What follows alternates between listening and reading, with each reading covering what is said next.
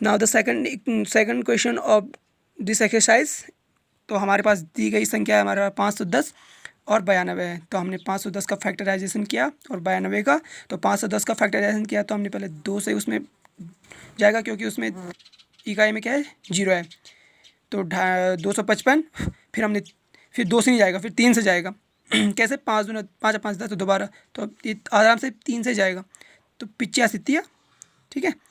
फिर 85, फिर ये 5 से जाएगा तो 17 पंजा 85, फिर 17 17 से जाएगा। फिर एक बार फैक्टराइज करना है आपको, फैक्टराइज इजीली आता है।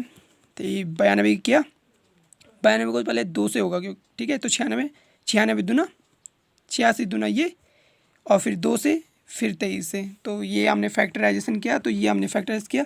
फिर हमने क्या निकालना है, पहले एलसीएम निकालना है। तो एचसीएफ निकालना है, एचसीएफ। तो एचसीएफ क्या आता है, हाईएस्ट कॉमन फैक्टर। तो इसमें हाईएस्ट क्या है, कॉमन क्या है, फैक्टर क्या है।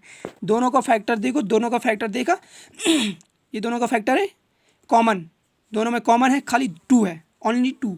और हाईएस्ट भी 2 ही है। इसलिए एचसीएफ क्या होगा, 2 ही है।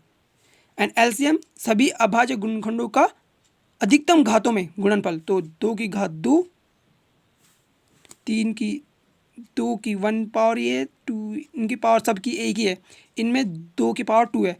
तो हमने अधिकतम घात वाली नंबरों को क्या करना है, मल्टीप्लाई करना है। तो पहले लिया दोनों संख्या में, हाँ। तो पहले 2 लिया हमने, फिर 3 की एक ही पावर है तो 1 लिया, फिर 5 को एक ही है तो 1। मतलब जिस भी फैक्टराइजेशन में जिस नंबर की पावर ज़्यादा होगी उसी को लेंगे, चाहे ऊपर हो नीचे हो।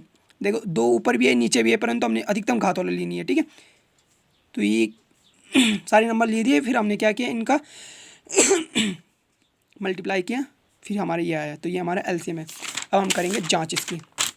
देखो जांच कैसे करनी है, दो संख्याओं का गुणनफल बराबर एचसीएफ और एलसीएम। तो संख्या हमारे पास ये है 92 और 510, और हमारे पास एचसीएफ 2 आया और एलसीएम 23,460 आया। तो हमने दो दी गई संख्या को हमने मल्टीप्लाई किया, तो हमारे पास 96,920 आया। और जब हमने एलसीएम और एचसीएफ का मल्टीप्लाई किया तो हमारे पास 96,000, सॉरी गलत बोल दिया मैंने, हाँ 86,920 आया।